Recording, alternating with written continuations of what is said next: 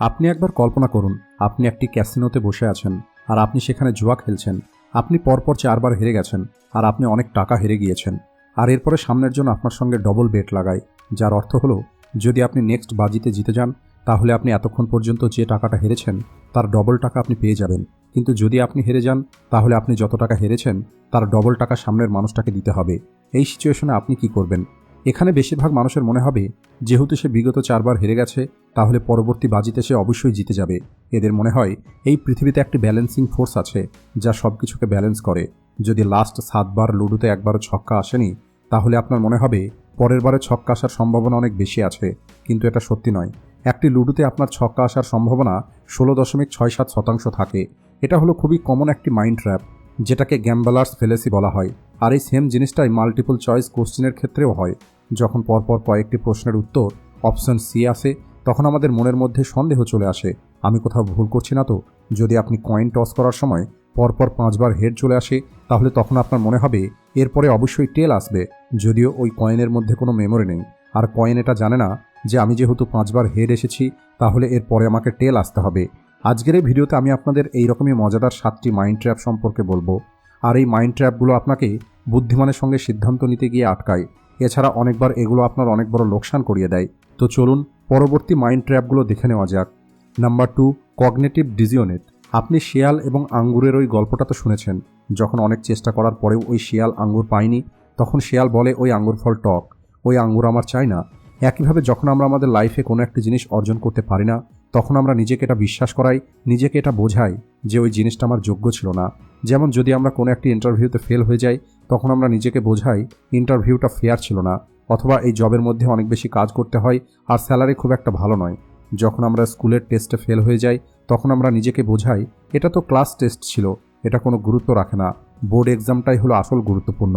আর যখন আমরা বোর্ড এক্সামে ফেল হয়ে যাই তখন আমাদের থমাস অ্যালভা এডিসনের ওই কোটটা মনে আসে যে কেবল একটি কাগজের টুকরো আমার ফিউচার ডিসাইড করতে পারবে না। আর এই থিঙ্কিং ইরোরটাকেই কগনিটিভ ডিসিওনেট বলা হয়। যদি আপনি কোনো একটি কাজে ফেল হয়ে যাচ্ছেন তাহলে ওই কাজটিকে খারাপ বলার আগে আপনি নিজের ভিতরে একবার তাকিয়ে দেখুন যে আপনি কিভাবে ওই কাজটাকে ভালোভাবে করতে পারতেন। আপনি কাজ করার আগেই কিভাবে জানতে পারলেন যে কাজটা ভালো নয়, আর যদি ওই কাজটা ভালো নাই হতো তাহলে আপনি ওই কাজের জন্য এত ইন্টারেস্ট কেন ছিলেন। Number 3, spotlight effect. আমাদের প্রত্যেকেরই সেলফ ইমেজ একটু ভুলভাবে তৈরি হয়েছে। আমরা আসলে যে রকমের আমরা নিজেদের সম্পর্কে ঠিক তেমনভাবে চিন্তা করি না। আর এই কারণেই কখনো কখনো আমরা এমন কিছু কাজ করে বসি যে কাজের কারণে আমাদের বিনা কারণেই টেনশন হয়। উদাহরণ হিসাবে, যখন আপনি প্রথম দিন জিমে যাবেন তখন আপনার শার্ট খুলতে অনেক বেশি লজ্জা লাগবে। আপনার মনে হবে মানুষ আপনার পাতলা শরীর দেখে অথবা আপনার অনেক বেশি মোটা শরীর দেখে আপনাকে জাজ করবে। আপনার ছোট ডাম্বাল চাগাতে লজ্জা অনুভব হবে, কারণ আপনার মনে হবে মানুষ আপনাকে এত ছোট ডাম্বাল ওঠাতে দেখে আপনাকে জাজ করবে। কিন্তু সত্যিটা হলো কেউ আপনার দিকে তাকিয়ে থাকে না। প্রতিটা মানুষ নিজের লাইফ নিয়েই ব্যস্ত, তারা নিজের রিপিটেশন, নিজের সেট কাউন্ট করতেই ব্যস্ত। অথবা তারাও আপনার মতোই হয়তো এটাই চিন্তা করছে আপনি তাকে জাজ করছেন, যদিও আপনি তাকে নোটিস করছেন না। আর এই জিনিসটা আমাদের সঙ্গে প্রায়ই হয়ে থাকে। যখন আমরা বাড়ি থেকে কোনো রকমের প্রেস না করা জামা পরে বাইরে যাই, অথবা যখন আমরা ক্লাসে কোনো একটি কোশ্চেনের অ্যান্সার দেওয়ার সময় একটু ভুল করে ফেলি, তখন আমাদের মনে হয় যে মানুষ হয়তো সারা জীবন এর জন্য আমাকে জাজ করবে। কিন্তু বাস্তবে মানুষ তাদের জীবন নিয়ে অনেক বেশি ব্যস্ত, আর মানুষ আপনার সম্পর্কে চিন্তা করে না। কিন্তু এর অর্থ কি এটা যে আপনি আপনার সেলফ ইমেজের উপরে কোনো মনোযোগ দেবেন না?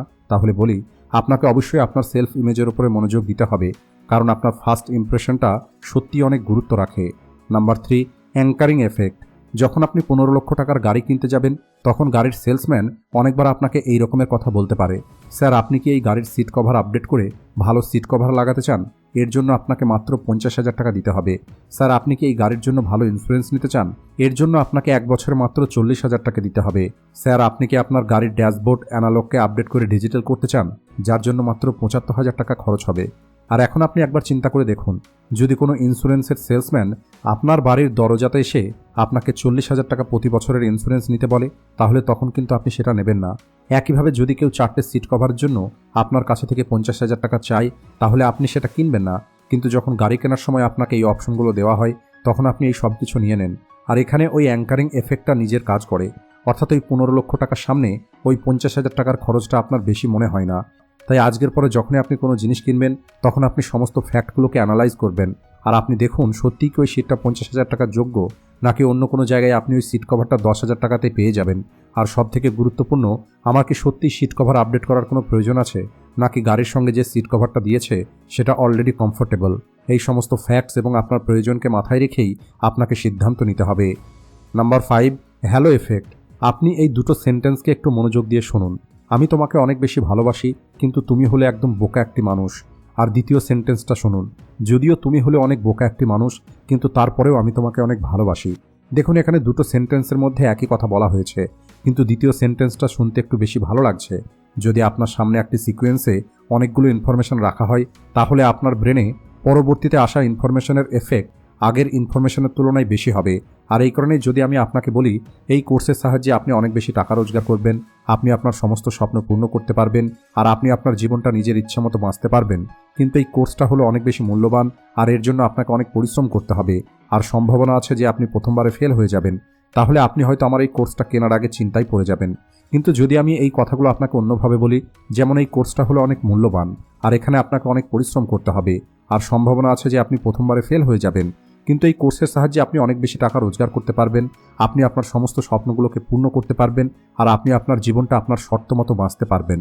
দেখুন, একই কথা, কিন্তু এটা একটু বেশি অ্যাট্রাকটিভ হয়ে গেছে। অর্থাৎ পরবর্তীতে আসা ইনফরমেশন আগে আসা ইনফরমেশনের তুলনায় আমাদের ব্রেনে বেশি ইম্প্যাক্ট ফেলে। আর এটাকে আপনি দুই রকমভাবে ব্যবহার করতে পারেন। যদি আপনাকে আপনার ইনভেস্টর অথবা আপনার কাস্টমারকে ইমপ্রেস করতে হয়, তাহলে আপনি আপনার ওই প্রোডাক্টের নেগেটিভ সাইডটা প্রথমে বলুন এবং ওই প্রোডাক্টের বেনিফিটটাকে পরে বলুন। অন্যদিকে যদি আপনি নিজে একটি কাস্টমার অথবা ইনভেস্টর হন, তাহলে আপনি পজিটিভ এবং নেগেটিভ এই দুটো জিনিসকেই পাশাপাশি রেখে কম্পেয়ার করুন, যাতে আপনি ভুল সিদ্ধান্ত নেওয়া থেকে বেঁচে থাকতে পারেন। যখন কোনো একটি মানুষের অথবা কোনো একটি জিনিসের একটি কোয়ালিটি তার বাকি সমস্ত কোয়ালিটির থেকে বেশি পাওয়ারফুল হয়, তখনই সেটাকে হ্যালো এফেক্ট বলা হয়। সাধারণত আমরা কোনো একটি মানুষের যে কোনো একটি কোয়ালিটি দেখেই তাকে জাজ করি। যেমন যদি কোনো একটি মানুষ দেখতে সুন্দর হয়, তাহলে আমরা কল্পনা করে নিই ওই মানুষটা স্মার্ট এবং হার্ডওয়ার্কিং হবে। আর এই কারণেই কোনো একটি মানুষের সম্পর্কে ওপিনিয়ন দেওয়ার আগে তার সমস্ত কোয়ালিটি দেখে তাকে জাজ করুন। Number 6, contrast effect. যখন আপনি কোনো দোকানে কাপড় কেনার জন্য যাবেন, তখন দোকানদার সবার প্রথমে আপনাকে দামি কাপড় দেখাবে। যেমন আপনি শার্ট কিনতে গেছেন, তাহলে দোকানদার সবার আগে আপনাকে 5,000 টাকা দামের শার্ট দেখাবে, এরপরে আপনাকে 4,000 টাকার, এরপরে 2,000 টাকার, আর আপনার 2,000 টাকা দামের শার্টটা সস্তা মনে হবে। এর কারণ হলো আপনি আগে 5,000 টাকার শার্ট দেখেছেন। আপনি বাড়ি থেকে 1,500 টাকার বাজেট নিয়ে বেরিয়েছিলেন, কিন্তু আপনি 2,000 টাকার শার্ট কিনে নিয়ে ফিরে আসবেন। একইভাবে যদি দোকানদার অপোজিটটা করে, তাহলে ওই দোকানদার কম প্রফিট রোজগার করবে। যদি দোকানদার সবার আগে আপনাকে 500 টাকার শার্ট দেখায়, এরপরে 800, এরপরে 1000, তারপরে 1,500, তাহলে আপনার তখন 1,500 টাকার শার্টটাও অনেক বেশি দামি মনে হবে। আপনি হয়তো বাড়ি থেকে 1,500 টাকা দামের শার্ট কেনার জন্য গিয়েছিলেন, কিন্তু আপনি 1,000 টাকা দামের শার্ট কিনে বাড়ি ফিরবেন। এটাকেই কন্ট্রাস্ট ইফেক্ট বলা হয়। আমাদের ব্রেন সবসময় প্রতিটা জিনিসকে কম্পেয়ার করে। যদি একটি অ্যাভারেজ দেখতে মানুষ একটি কুৎসিত মানুষের পাশে দাঁড়ায়, তাহলে ওই অ্যাভারেজ মানুষটাকে আপনার বেশি সুন্দর মনে হবে। একইভাবে যদি ওই অ্যাভারেজ মানুষটা একটি সুপার মডেলের পাশে দাঁড়ায়, তাহলে তখন আপনার ওই মানুষটিকে কুৎসিত মনে হবে। আর এই কারণেই কোনো একটি সিদ্ধান্ত নেওয়ার আগে আপনি আপনার রিকোয়ারমেন্টস এবং আপনার বাজেটের খেয়াল রাখবেন। কন্ট্রাস্ট এফেক্টের ব্যবহারটা মার্কেটিংয়ের মধ্যে অনেক বেশি হয়। কোম্পানি তাদের প্রোডাক্টের এমআরপি অনেক বেশি লেখে, আর এরপরে ওই এমআরপিটা কেটে দিয়ে 25% ডিসকাউন্ট দিয়ে 1,500 টাকায় বিক্রি করে। আর এটা দেখে আপনার মনে হয় আপনি হয়তো এটা সস্তাতে কিনে নিয়েছেন, যদিও ওই কোম্পানির এই প্রোডাক্টটা বিক্রি করার টার্গেটই ছিল 1,500 টাকাতে। Number 7, confirmation bias. সাধারণত প্রতিটা জিনিস নিয়ে আমাদের ভিতরে একটি বিশ্বাস আছে। উদাহরণ হিসাবে ভেজিটেরিয়ান মানুষদের মনে হয় ভেজিটেরিয়ান ডায়েট হলো আমাদের এনভায়রনমেন্টের জন্য অনেক ভালো, আর এই কারণেই প্রত্যেকটা মানুষের ভেজিটেরিয়ান হওয়া উচিত। আর এই কারণেই এরা কেবল ওই সমস্ত স্টাডির ওপরেই মনোযোগ দেয় যা তাদের এই বিলিভকে আরও বেশি মজবুত করবে। আর যে সমস্ত মানুষ তাদের এই বিশ্বাসের বিরুদ্ধে যায়, তাদেরকে মিথ্যুক বলে ইগনোর করে। অনেক মানুষের মনে হয় সোলার কার আমাদের এনভায়রনমেন্টের জন্য ভালো, কিন্তু যদি আপনি এটা দেখেন, একটি গাড়ি সোলার প্যানেল তৈরি করার জন্য যে পরিমাণ সিলিকন ব্যবহার করা হয়, ওই সিলিকন মাটির ভিতর থেকে বার করতে, সেটাকে পিউরিফাই করতে কত বেশি পলিউশন হচ্ছে। একইভাবে সোলার ব্যাটারির জন্য আমাদের অনেক লিড ব্যবহার করতে হয়, যেগুলো মাটির ভিতর থেকে বার করে পিউরিফাই করতে অনেক বেশি পলিউশন হয়। যদিও ওই সোলার কার কোনো পলিউশন করে না, কিন্তু ওই গাড়িটা তৈরি করার জন্য যে পলিউশন হয়, সেটা একটি নর্মাল গাড়ির তুলনায় অনেক বেশি। কনফার্মেশন বায়াসই হলো মানুষের স্ট্রং পলিটিক্যাল ভিউজের কারণ। সাধারণত মানুষ সিমিলার পলিটিক্যাল ভিউজ মানুষের সঙ্গে থাকে। এরা একই উদ্দেশ্যে একই নিউজ দেখে, নিজের অপোজিট পার্টির খারাপ কথা শোনে, আর যখন এই সেম জিনিসটা এরা 10টি জায়গায় 10 বার শুনতে পায়, তখন এটা এদের একটি ফ্যাক্ট হিসাবে বিশ্বাস হয়ে যায়। আর এরপরে যদি কোনো একটি মানুষ এদের ওই বিশ্বাসের বিরুদ্ধে কথা বলে, তখন এরা তাদেরকে বোকা অথবা অন্ধভক্ত বলে। দেখুন, আমি আপনাদের এটা বলছি না যে আপনি সোলার এনার্জিকে সাপোর্ট করবেন না, বরং আমি আপনাদের এটা বলতে চাইছি আপনি কোনো একটি ইনফরমেশন শুনেই সেটাকে বিশ্বাস করে নেবেন না। আপনি আলাদা আলাদা জায়গা থেকে ইনফরমেশন কালেক্ট করুন, আর এরপরে আপনি সিদ্ধান্ত নিন কোন কন্ডিশনে কোন জিনিসটা ভালো আর কোন কন্ডিশনে কোন জিনিসটা ভালো নয়। আর কমেন্ট করে বলবেন আপনি কি কখনো কনফার্মেশন বায়াসের মধ্যে ফেঁসে গেছেন। তো বন্ধুরা, এই ছিল ওই 7টি মাইন্ড ট্র্যাপ যা আপনাকে ভুল রাস্তায় নিয়ে যায় এবং আপনাকে ভুল সিদ্ধান্ত নিতে বাধ্য করে। আর এই রকমই আরও 15টি মাইন্ড ট্র্যাপ আছে যা আমি আপনাদের পরবর্তী ভিডিওতে বলবো, তাই ভিডিওটিকে লাইক ও শেয়ার করতে ভুলবেন না। Thanks for watching.